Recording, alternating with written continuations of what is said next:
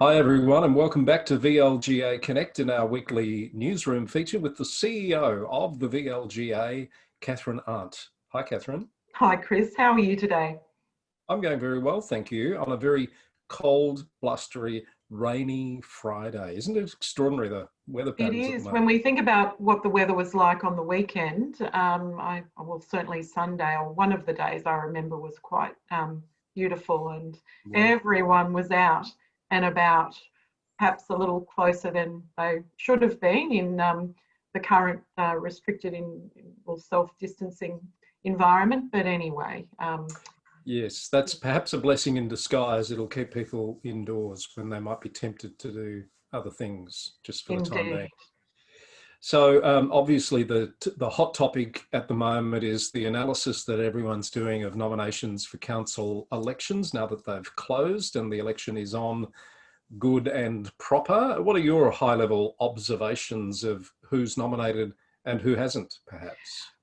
Well, really interesting, Chris. Of course, there was a lot of speculation that there would be less people standing in these elections because of COVID, and in particular, less women potentially. But the stats, certainly that very quick analysis would show us that there are more candidates indeed.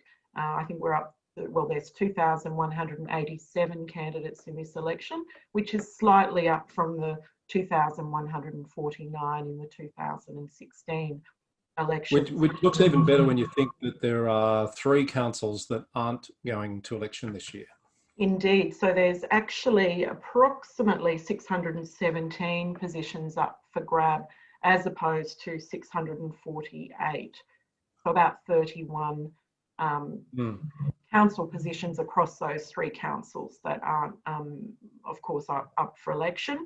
Yeah. Good news for women, I guess, is that women account for approximately 40% of the total number of candidates, whereas in 2016 they accounted for only 34% of total number of candidates. So given that history has shown us that women indeed have a better chance of being elected if they nominate than men, that we should see, you know, an increase in the number of women councillors at the end of this election. Well, let's hope so. There was, of course, quite a bit of conjecture that the COVID-19 situation would lead to less candidates, less women candidates, perhaps more uncontested elections. That's another interesting measure. The uncontested elections, I believe, are 26 this time around, which is about a dozen less than last time. So many of those predictions have failed to come to pass, which is good news. It is good news. Of course, the ideal situation would be that we have no uncontested wards, but it's great that it's come down. I think that really reflects the interest people are taking in local government elections, and also perhaps that's related to the experience that COVID has given us of having to live and work more in our communities than we may have done pre-COVID. So we're really experiencing firsthand the importance of community, the importance of the municipal district and the services that local government does provide. And I think that there's a lot of interest from people to participate as candidates, and also, hopefully, and just as importantly, as voters.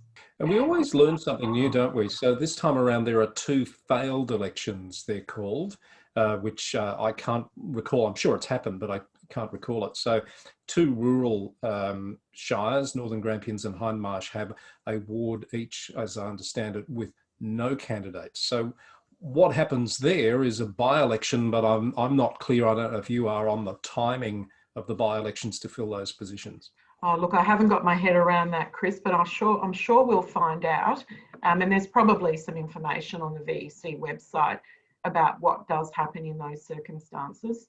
Okay, so all in all, pretty positive at this stage, and of course now the hard work to campaign and get yourself noticed if you're a candidate happens, with ballot packs going out from memory around the 6th of October, so the week after next. So this period between now and then is really where you need to be working to get the attention of voters, isn't it? Yeah, and I can assure you, certainly from what I'm seeing and hearing on social media, that is indeed happening. I think candidates are very aware of the importance of this time now to campaign. The fact that it's probably our first ever digital or fully digital social media campaigning election. And from what I can see, most candidates have embraced that. Another interesting stat is there are 183 councillors not recontesting in these elections. Yes. 17 of those are current mayors and 91 of those are first term councillors. So they've served one term on council and have decided not to stand again. Now, we probably don't want to open up that can of worms again, but we remember there was that speculation or call to defer the elections because of COVID. And some of the reasons why you wouldn't defer an election was around councillor fatigue and the fact that there were councillors who were looking at retiring, of not standing again, who really did just want to, you know, get out of there. And I think that those numbers probably reflect that as well. It's been a really big term, 4 years for the sector. We've had, you know, mayors, councillors in bushfire affected communities. Then immediately on the back end of that, we've had COVID. So there is a lot of fatigue, and what that would have resulted in if the election was deferred and those councillors chose to just step down anyway, we would have had a failed election in that, well, a by-election would have had to have been called. That's interesting. I was just thinking that number. So that's more than a quarter, nearly a third of councillor positions are being vacated by existing councillors. I don't know whether you know how that compares to previous elections, but I'm struck by, if 91 of those are first term councillors, that means 92 of them are longer term councillors. And I've seen a little bit of discussion already about some of the knowledge that is being lost to the sector. And you've got to have that healthy changeover, of course, and you don't begrudge people once they've done their time, their service, to move on. But it is an issue, I think, to be losing so much of that stability at one time. Look, potentially, I think, time will tell. And we must, on that point, acknowledge Coral Ross, Councillor Coral Ross, also President of the MAV and long-term councillor at Burundara, I think 18 years, is not standing again. And we certainly acknowledge and congratulate Coral for her contribution to her community and also the sector, and wish her the very best in her, whatever her next career or path might take her. It was really interesting, Chris. I had the pleasure of joining Warwick Long on the Conversation Hour this morning on the ABC to talk about why local government was important.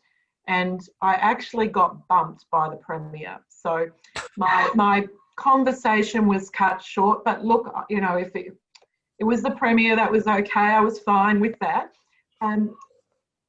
What I really didn't get a chance to get into, of course, in my conversation with Warwick, was the significant responsibilities of councillors, the governance responsibilities, the fact that single policy issues and even political agendas need to be left outside the door of the council chamber when they come in. And voters themselves need to really understand that when they're looking at candidate material in front of them, and I guess informing the way in which they vote. Because if they understand that, then voting for a candidate who might have a single policy issue may not necessarily reflect then in that issue. It's not really the role of that councillor to take that into the chamber because they're, you know, at that high governance level. Yes. One of the reasons why I couldn't get into that with Warwick, apart from my time being cut short, was the phones were running hot on the program from people wanting to talk about it. The majority of the people, in fact, I'd say 99.9% of the people on the phone were candidates. No. Any opportunity, Chris, to Absolutely. to announce your candidacy. And I must acknowledge, I congratulate the those callers for the initiative of jumping on the line and taking that opportunity. So So the course of the conversation sort of got more around the campaigning nature than why people should be looking at the scope and complexity of the responsibilities. It makes sense. At the moment, there's so many limited opportunities to get yourself known. I imagine a lot of smart candidates are spending a lot of time with one ear on talkback radio, looking for opportunities to get themselves on the air to express opinions about things. And good luck to them if they manage to cut through. Absolutely, indeed. In fact, it's been a big day on the ABC for the VLGA today. We had Andrea Carson, Dr. Andrea Carson, on the ABC program this morning talking about the fabulous ARC grant that's been awarded to the VLGA in partnership with Melbourne University and La Trobe University. And that project, we've had Andrea and Leah on the program talking Yes. about how that will follow the trajectory of women candidates in these elections over the course of the next 4 years, so essentially a term. And for the first time, we'll have disaggregated data that we don't currently have access to that will provide us with some, I guess, hard evidence of what are the barriers for gender equality, and also hopefully, and I don't expect it will show us anything other than reinforce the importance of having that equal representation around the council chamber. So really pleased that that will now kick off, and all candidates, you will be receiving a survey that Leah and Andrea are conducting as part of this research project, and we do ask that you complete and return that. It won't take you very long to complete, about 10 minutes, but this is a critical starting point of being able to collect that data. I was just looking while you were speaking for the episode number where we do spend some time talking to Leah and Andrea, and I've just found it. It's episode 57. If you'd like to go back to the Wow, playlist. that's so long ago. Is that 50 episodes ago now?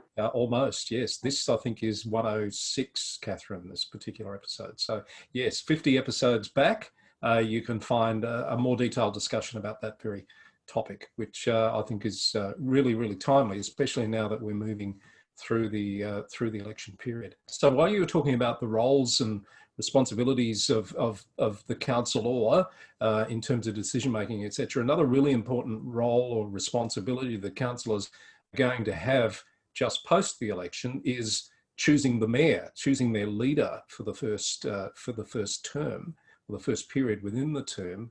And we've put together a fabulous panel. You and I have put together a fabulous panel in effect Yes. to discuss the role of mayor coming up 28th of October. Do you want to tell people who we've got, who we're bringing together? We've got Judy Verlin, who is I think she was a 3-time mayor in Ballarat, long-term councillor, since retired.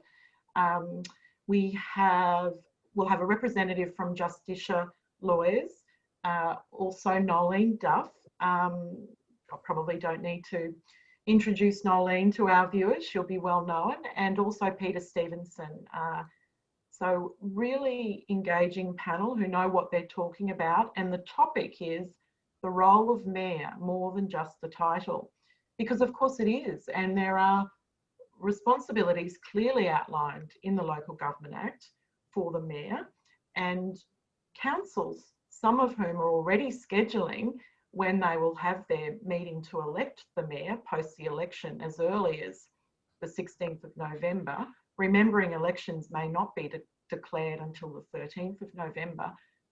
It's really critical that everyone watch this program and join in before they go to that meeting where they either throw their hand up for the position or decide who they're going to elect. So that will be another joint VLGA LG Pro event on the 28th of October. We've even got another one happening before then on the circular economy, which we probably don't have enough time to talk about today, but there is time coming up in the next few weeks. Just wanted to mention that all of the CEOs out there in the sector should have received the VLGA's candidate induction training prospectus.